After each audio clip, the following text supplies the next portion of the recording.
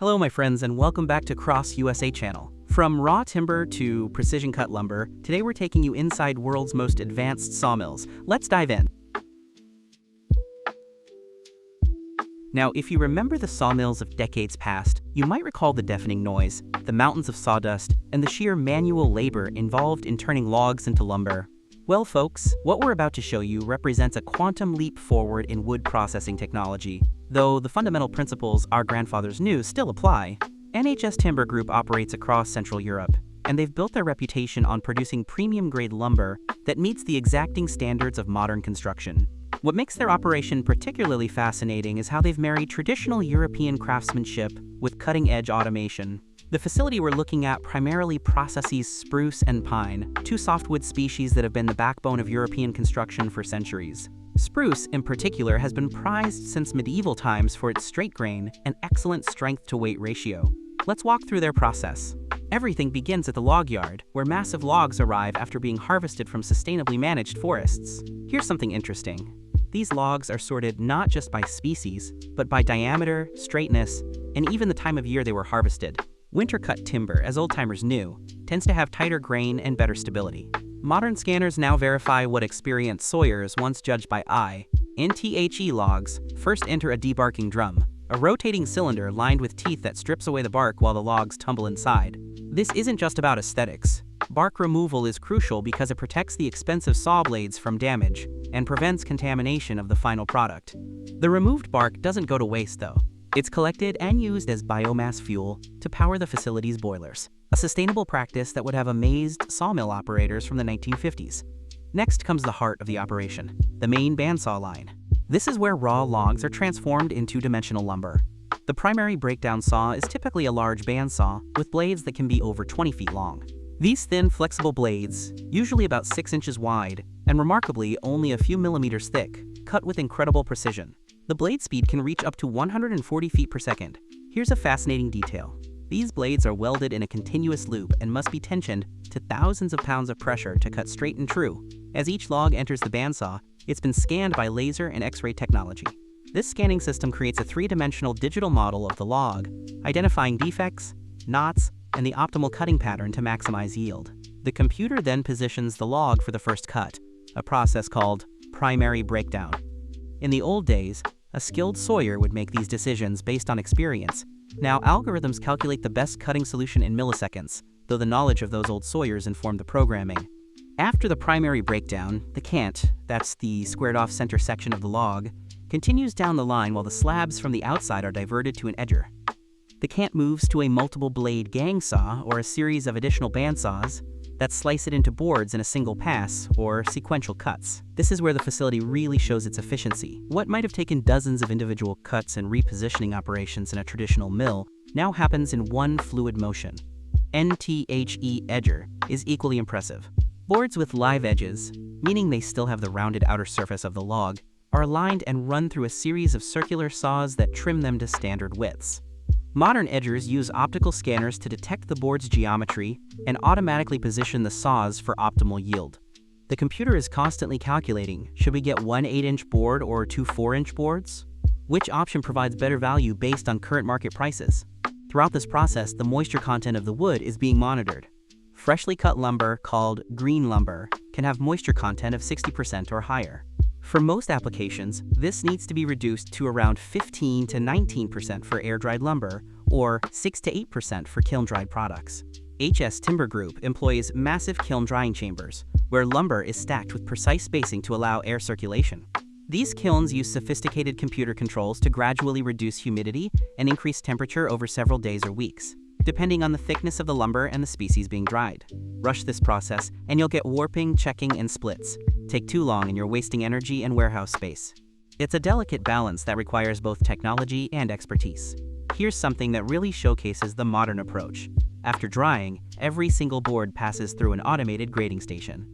High-resolution cameras photograph each board from multiple angles, and software analyzes the images for knots, grain patterns, color variations, and defects. The system then grades each board according to international standards. Select number 1, number 2, and so on. NTHE final stages involve planing and packaging. Industrial planers smooth the rough-sawn surfaces to exact dimensions. When you buy a 2x4 at the lumberyard today, it's actually 1.5 by 3.5 inches. The difference accounts for the planing process. The smooth finish isn't just cosmetic. It allows for more precise construction and better connections between structural members. Finally, the finished lumber is sorted by grade, dimension, and length, then bundled and wrapped for shipping. Now we're heading to something truly special. The Diehl Sawmill, where traditional German engineering meets modern timber construction. What you're about to see is the production of massive wooden beams destined for a bridge in Herborn, and folks, these aren't your ordinary timbers.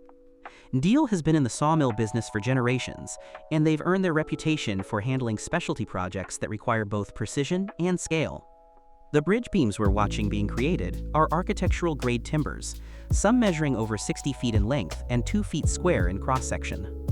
To put that in perspective, these single beams weigh several tons each, comparable to the great timber beams used in medieval European cathedrals.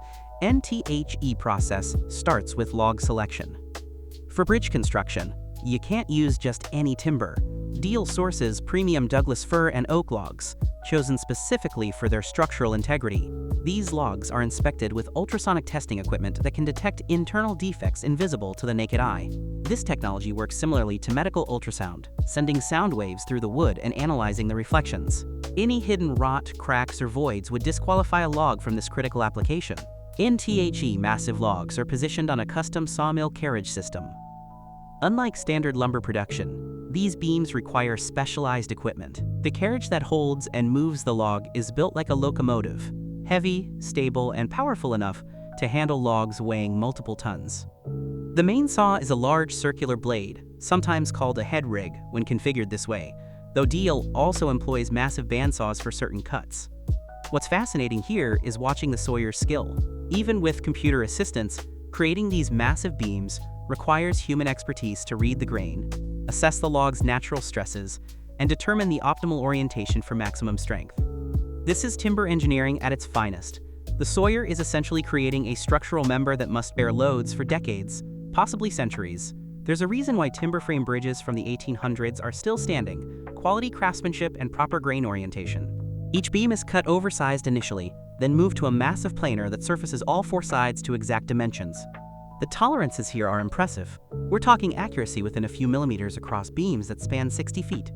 The planer itself is a marvel, with multiple cutting heads that can remove material in precise increments. The feed rate is slow and deliberate because at this scale, any mistake is extremely costly. And after dimensioning, the beams undergo treatment and finishing.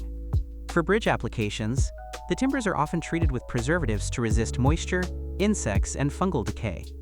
Modern treatments are far more environmentally friendly than the creosote our fathers and grandfathers knew, but they're equally effective. Some beams receive fire retardant treatments as well, depending on the bridge design specifications. NTHE final step involves quality inspection and marking. Each beam is documented with its position in the bridge structure, load ratings, and traceability information back to the original log. This level of documentation ensures that if any issue arises during the bridge's lifetime, engineers can trace it back to the source material.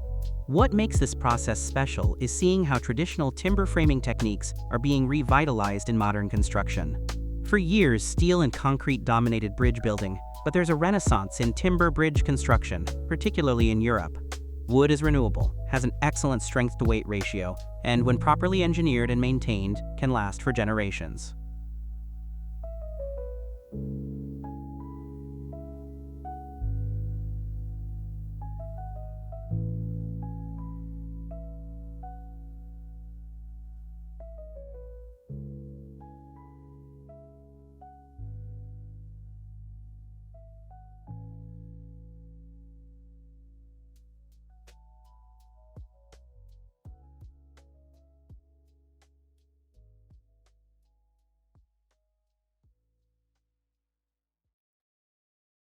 Let's continue our journey at AKZ, a softwood processing facility that supplies Alsford Timber Limited, one of Britain's respected timber merchants. What we're seeing here is the complete transformation of both redwood and whitewood species, from raw logs into the finished products that end up in construction sites, workshops, and homes across the UK. First, let's talk about the wood species. Redwood in this context typically refers to Scots pine, which has a distinctive reddish-brown heartwood, not to be confused with the California coast redwood. Whitewood generally means spruce or fir species with paler coloration. These species have been the workhorses of European construction for centuries. In fact, if you've ever toured old timber frame houses in England or Germany, you are likely looking at the ancestors of these very same species. NTHE facility begins with log reception and storage. Here's an interesting detail that often gets overlooked. Logs are stored with water sprinklers constantly misting them. This isn't just to clean them, it's to prevent the ends from checking and splitting before processing. Wood is hygroscopic, meaning it constantly exchanges moisture with its environment. Those end checks you sometimes see on lumber? That's what happens when wood dries too quickly, and the ends shrink faster than the interior can accommodate. NTHE debarking process at AKZ uses a ring debarker, different from the drum style we saw earlier. The log passes through a ring lined with blades or cutting tools that peel the bark away in a continuous operation. It's mesmerizing to watch. The bark comes off in long strips like peeling a massive carrot. This method is particularly efficient for uniform, straight logs and causes less damage to the underlying wood surface. Now comes the primary breakdown, and AKZ employs a sophisticated profiling system. Instead of making multiple passes to square up a log, their profiling head has multiple blades arranged in a specific pattern. The log enters round and exits squared in a single pass, with slabs peeling away from all four sides simultaneously. The speed and efficiency of this operation would have been unimaginable to sawyers from even 30 or 40 years ago. NTHE squared cant then proceeds to the gang saw, which is a frame containing multiple parallel blades spaced according to the desired board thickness. Think of it like a giant cheese slicer with multiple wires. The cant is pushed through, and out comes a complete stack of boards, all cut in one motion.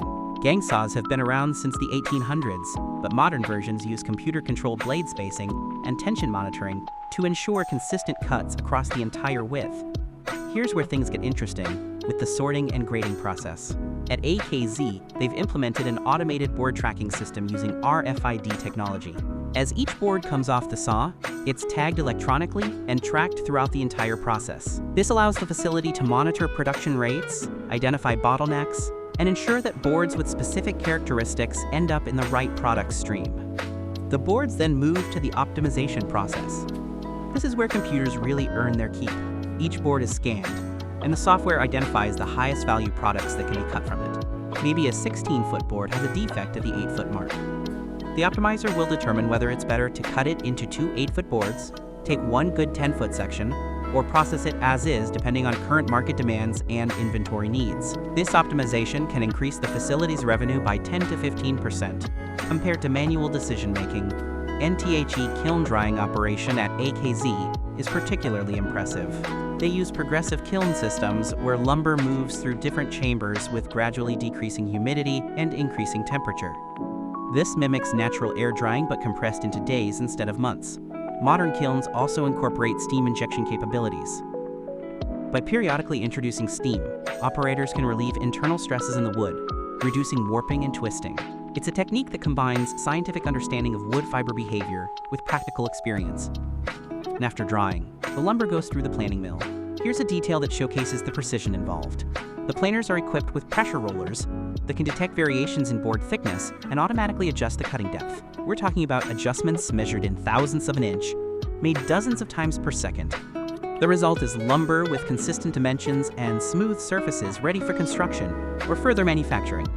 Quality controls integrated throughout the process, but there's a final grading station where both automated systems and trained human graders verify each board. The automated system excels at measuring physical characteristics, not size, grain slope, dimensional accuracy, but experienced graders still catch things that cameras might miss, particularly subtle defects that could affect structural performance. It's a perfect example of human expertise complementing technology rather than being replaced by it.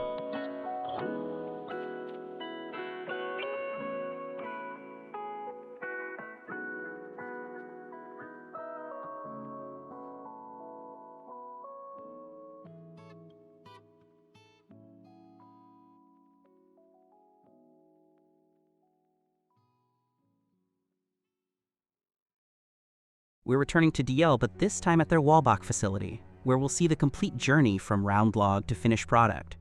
This operation represents the full spectrum of modern sawmilling, and it's a perfect way to tie together everything we've been discussing.